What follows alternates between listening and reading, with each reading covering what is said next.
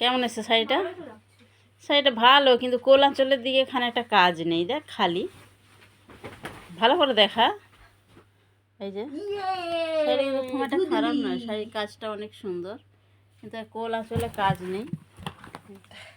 আমি তো রুটিনও জানি না গো মা, টেস্ট পেপার নিয়ে যাই। তা খেয়ে নাকি কিছু?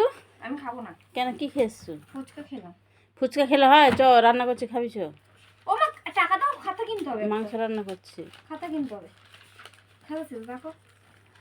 আচ্ছা দিচ্ছি। তো মাংস রান্না করছি, ভাতটা খেয়ে নেছ, নাহলে বিরিয়ানি আছে খা।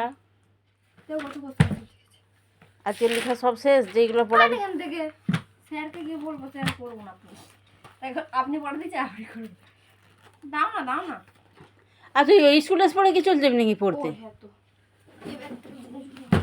স্কুল থেকে আসতে আসতেই 5টা, তো টিউশনি পড়া 5:30, কি করে হয়?